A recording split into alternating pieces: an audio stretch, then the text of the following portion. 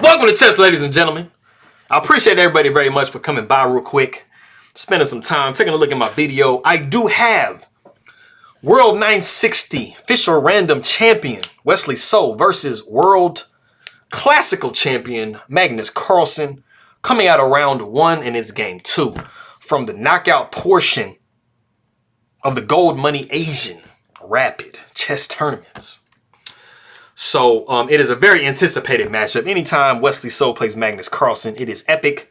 Yes, preferably it'll be in the final, but that is not how the situation ended up. But yes, we have this game here. It's a really nice game. It has some really nice in-game concepts that I'll be explaining because I think a lot of people, from what I was reading, on the comments, people didn't really understand why the game ended. So I'll be able to fully explain exactly why this game ended the way it did and what kind of concepts were, present in the positions. And as always, for all my people in the Philippines, mabuhay. Masaya kong makita kang muli ang masaw tayo mabuting pagbati. Maraming salamat po sa nanonood ing aking ma video, aking makaibigan. Appreciate you guys very much. And all of my people that are coming from Norway, I will say hello, God Morgan, and tusen tak. Appreciate you guys very much for coming by and taking a look at my stuff. And if you guys are ready to go, let's take a look, see what we have for the game. So we got E4. E5, knight to F3, knight to C6, bishop to C4, bishop to C5, C3, knight to F6, and we have D3. So we do have the Giuoco piano, and it is the Giuoco Pianissimo variation. And as you guys always know, that they do call this the quiet game and very quiet game. You know, Giuoco piano is Italian for quiet game, Giuoco Pianissimo, Italian for very quiet game, but these games are almost never quiet. This is definitely not a draw type of an opening. It's not like the Berlin. So you do see some fire on the board. So we got D6. We see castles. We got H6. So what we kind of see in the situation is a lot of maneuvering, a lot of like trying to improve your position for both sides, making sure that you have room to do everything you need to do. So we see rook to E1, castles, knight B to D2. We got A6, making sure we got some room for that bishop over there. We do see knight down to F1. We see bishop to A7. We got A4, just grabbing a little bit of space on the queen side. Rook over to E8. We see H3. And now you guys see what I'm talking about. You know, you got your wings pawn thrown out. You make sure you have some lift for both sides. You know, you have like, little areas for your pieces to kind of get tucked into. And we do see bishop to E6. We got bishop taking E6, rook taking E6. We see B4. Because like, we don't like this knight right here. Pretty much when you play the game of chess, I don't know if anybody have ever noticed, but it's like you don't like your opponent's pieces. At least I don't. I don't like my opponent's pieces when I'm playing. I want them to just not have no pieces left. Be more convenient for me. So, we're looking at maybe B5 at some point. Queen comes to D7. We see queen to C2. We got D5. We see bishop over to E3. We got bishop takes E3, knight takes E3. We got knight over to E7. And then we do see the novelty of the game, which is C4. And C4 is trying to, kind of open things up and get some attacks rolling, maybe on this E5 pawn. Maybe you can swing the queen over type deals. And so we do see a closing of the position with D4. So this is kind of nice. I mean, this is taking away these two potential squares from white's pieces, but we do kind of have a nice little square we can jump into with the knight. So we got knight to F5. Now backing up, in this actual position in 2019, we actually saw pawn takes D5 instead of C4, and we did see knight F takes D5. And so it's just kind of like a slight tweak. So we have, kind of seen this position as recent as a couple of years ago. But like I said, we did have knight to F5. And then we do have the undermining move A5. Now, as black is thinking, I mean, they have this rook here. So it'd be kind of cool if they opened up, at least half open this file up, to try to give their rook some room to, kind of do their thing. And, maybe swing the rook over, something like that. So black's attempts are trying to kind of open the position up a little bit for their rooks. We do see B5 closing the position. We got C5. And white is not interested in opening anything up. So we see knight 3 to H4. Now, this is pretty legitimate, as far as like, both sides is concerned, because, as you guys are familiar, knights love closed positions. So, these knights are loving the position the way it is because it's just more convenient. Bishops like open positions, knights like closed positions. So, it's benefiting both players, the position. So we do see knight to G6. We see G3. Knight comes back to e8. The king comes to h2. We see knight down to d6. We do see queen to e2. We got knight takes h4, knight takes h4. We got queen over to e7. We see knight to f5. And then we do see queen down to f6. Now, if we back up in the position, you guys have seen, there's been a lot of tension in the center with these knights for like a little while. And then we do see knight to f5. Now, you don't want to be prematurely taking here because this knight can be kind of annoying because it is like, attacking the queen. It is kind of, possibly setting up some type of situations over here. But unfortunately, if you do accept the trade in this position, it actually loses you a pawn because after knight takes f5, pawn takes f5, and you guys can see that your rook is like displaced now. So it's, helping to protect this pawn, but now it has to get knocked away and then you're just losing an entire pawn. So that is why you don't want to go into that trade. And like I always say, whenever you are considering going into trades, you have to try to like calculate a little bit and think like, what are you giving your opponent if you go into this trade? So backing up, like I said, we did see queen to f6. We have knight taking d6, rook taking d6. We see rook over to f1 because this is pretty clear. Like we're preparing an f4 push. So we see rook over to e8. We do see queen, f4. Queen comes back to d8, making sure that we're just completely out of the way of any type of discovery situations. We see queen over to h5. As you can see, white is kind of creeping into black's position just a little bit. We see f6. Trying to keep everything as solid as possible. We do see h4. We got queen down to d7. We see rook to f2. Queen comes to f7. It would pretty much be fairly equal if we did see a trade right now. But white is saying, hey, man, I think I'm a little bit better than you. Let me go ahead and just back my queen up to f3. So we do see pawn takes f4, and then we see f5. And this is actually like the point in the game that a mistake is made and it starts to give white like a nice little advantage. And f5 basically just hands white a pass pawn. Not only a pass pawn, but it hands white a pass pawn with tempo. Because you do see that this e5 pawn push is attacking this rook. So it's actually making the situation a little bit inconvenient for black. It's not losing, but it is giving white just a little bit. So we do see rook over to g6. We see rook to g1 because, white with their pass pawn in the middle, they have a lot of strength in this position. So, I mean, hey, why not trade pieces down? So rook takes g1, king takes g1. We see b6. We see rook over to g2.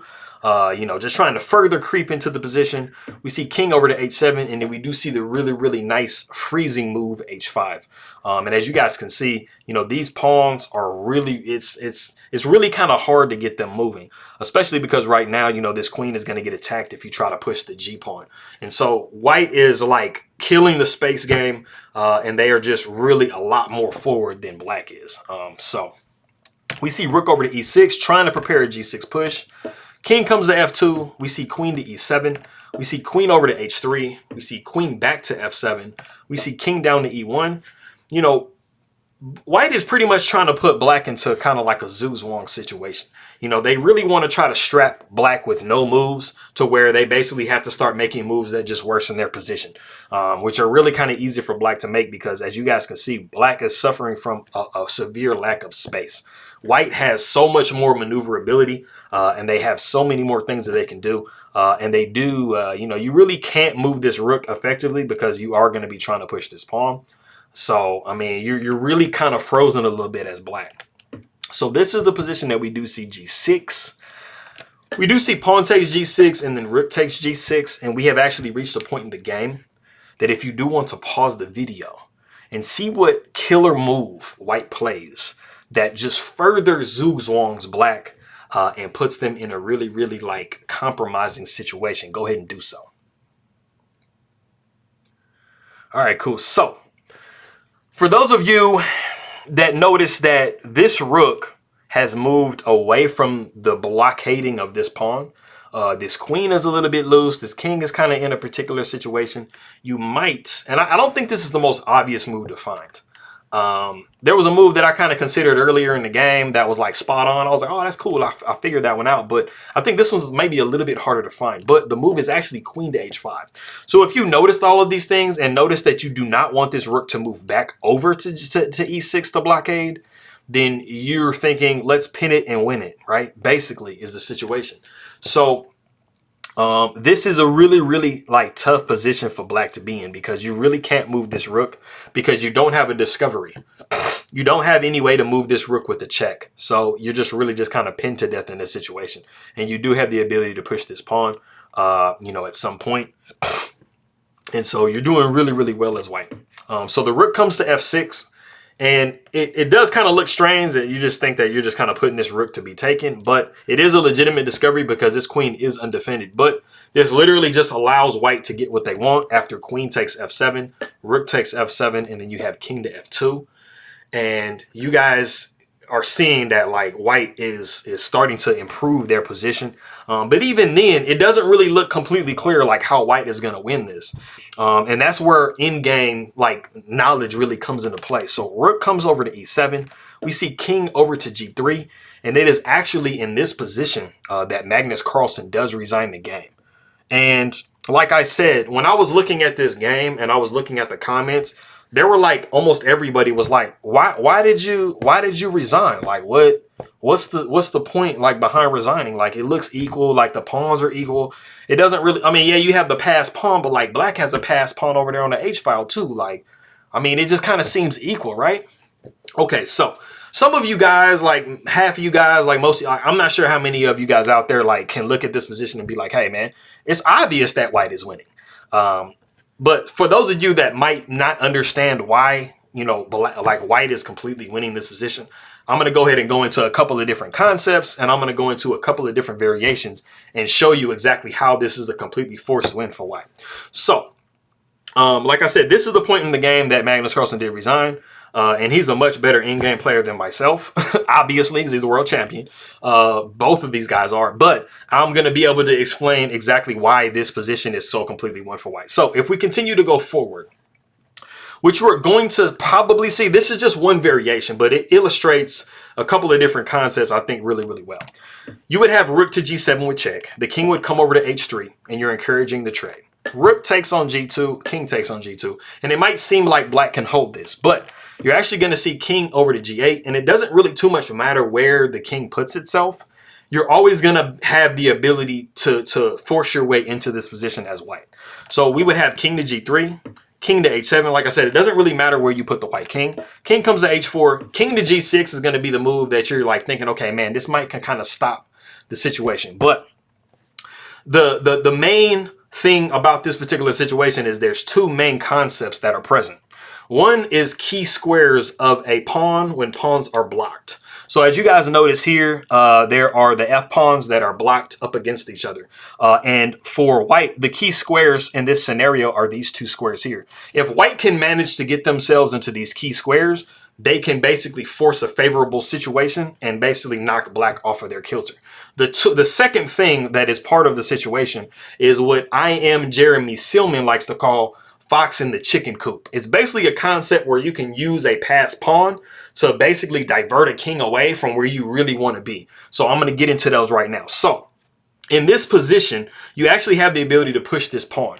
Now, the thing that this black pawn is thinking about is the fact that, you have to stay in the vicinity of this pawn, because if not, it's just going to promote, right? And that's also a different concept, is the square of the pawn, right? And these are like, these different types of concepts are actually concepts that I've covered in my beginners series and my, how pawns move series. So if you want to go back to like the beginning of my page, or you want to search it on my page, I actually talk about different concepts as far as in games and stuff are concerned.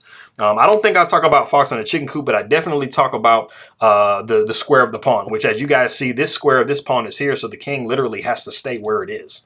But as the pawn moves forward, you're going to be in a situation where the king has to move closer. So you've already initiated e6. The king has to now stay in the vicinity of that pawn. And then now you are able to clinch a key square of this pawn by being in one of these two squares that I mentioned a second ago. And so now the king has really just kind of two different, possibilities in this particular situation. You can either capture the pawn, or you can go protect your own pawn with king to g7. So let's look at both of those variations. If the king comes back to g7, you're just going to push that pawn again.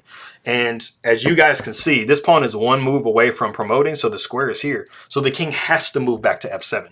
So what you're doing is you're trying to divert the king as far as possible away from the action so that you can just scoop up his pawns.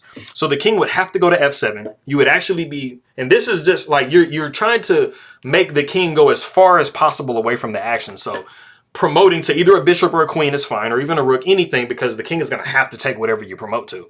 And then the king takes on e8, and then you take on h6. If you had this is just a sample variation, but like I said, it doesn't really matter what black does. You're going to be able to get yourself into a favorable situation because you have passed the key squares of this pawn on f4. The king would come down to e7. You got king to g6, king to e6, and then you have a trebuchet-like effect with king to g5. And as you guys can see, the king only has the ability to pretty much go over here. These are the only moves that the king has. These two squares are the only squares that you would actually be able to go to. Of course you can't go to that one, but you can't go to that one because of the king. But these are the only really squares that you can kind of go to that's going to try to protect this pawn. And, the king doesn't have the ability to do that. So the king is going to go to f7, possibly. You would take on f5. And then after the king moves over, you're going to start to employ that fox and the chicken coop idea by moving your own king over and then putting the king in a position to where he has to try to go back and defend this passed pawn, just like you kind of did earlier. So the king would come to e5. That king might come to d7. You would come to d5, and then if the king goes to c7, you push f5, and he has to come back. King comes to d7, you push f6. The king comes back to e8, and then you start to basically just munch all of his pawns on this side. You have used this pawn as a diversion to divert the king away from the action, and this is where everything is over here. So, I mean, that's the concept. It's a pretty simple concept. It's not like it's rocket science, but these are just like the small little things that people actually can employ when they're playing in-game. So Magnus Carlsen, being probably arguably the best in-game player in the world, he calculated and he can sense that all of this was occurring. And even if we go back a little bit to king to h5, if we did actually see the pawn be taken immediately, it would be more of the same. You see king taking h6, king to f6, king down to f5, which is also a key square. And then what is the black king doing? If the king goes over here, you're just going to oppose him like this. If the king comes up like this, you're going to just do something similar. And you're going to end up always getting into the same position. The king is going to try to come down here possibly, or do something like this. Even if he does that, the pawn's just gone. But if he tries to hold on to the pawn, you're just going to do the same thing. So as you guys can see, like, there's a lot of patterns at play when you look at in-games. So for those of you out there, I'm not sure how many, who are not understanding why the game ended, this is exactly why the game ended. You're looking at the square of the pawn situations, you're looking at key squares, and you're looking at fox and the chicken coop type ideas, or whatever you want to call them. These are the types of in-game scenarios that are at play. And this is the reason why, the greatest, in-game, possibly greatest in-game player in the world or ever resigned the game, because he can see all of this in his mind and it's just not winnable. So that kind of goes back to what we saw at the beginning with that f5 push that he made, allowing white to get that passed pawn. And this is something that came up, like 30 moves later, 25 moves later or something like that. I got really kind of excited on this one because I was thinking like, man, there's so many different in-game concepts that I can actually show in this game. And this was actually one of the few. I mean, a lot of the times when you're looking at some of these games, like, it's very clear why somebody resigned. You're like, oh, that's just way losing. But I think this is one of the ones where it didn't seem like it was that, like obvious why a player resigned, because everything really looked even. And that's the craziness about in-games, is how even it can look, but how losing it could possibly be. So I did go a little bit longer than I normally go. I don't normally go 19 or 20 minutes on a video, but I felt like that was kind of important to really kind of go into that, so you guys had a full understanding as to why the game ended the way it did. And so I'm going to go ahead and get to these good mornings real quick. Actually, no, I'm going to go ahead and I'm going to skip those for this video so I can shorten it real quick. So I'll make sure I don't go past 20 minutes. And I will definitely make sure that I do the good mornings in the different dialects for the Philippines in the next video. But maraming salamat, aking makaibigan, and tusen tak for anybody who is coming from Norway. And I will see y'all next time.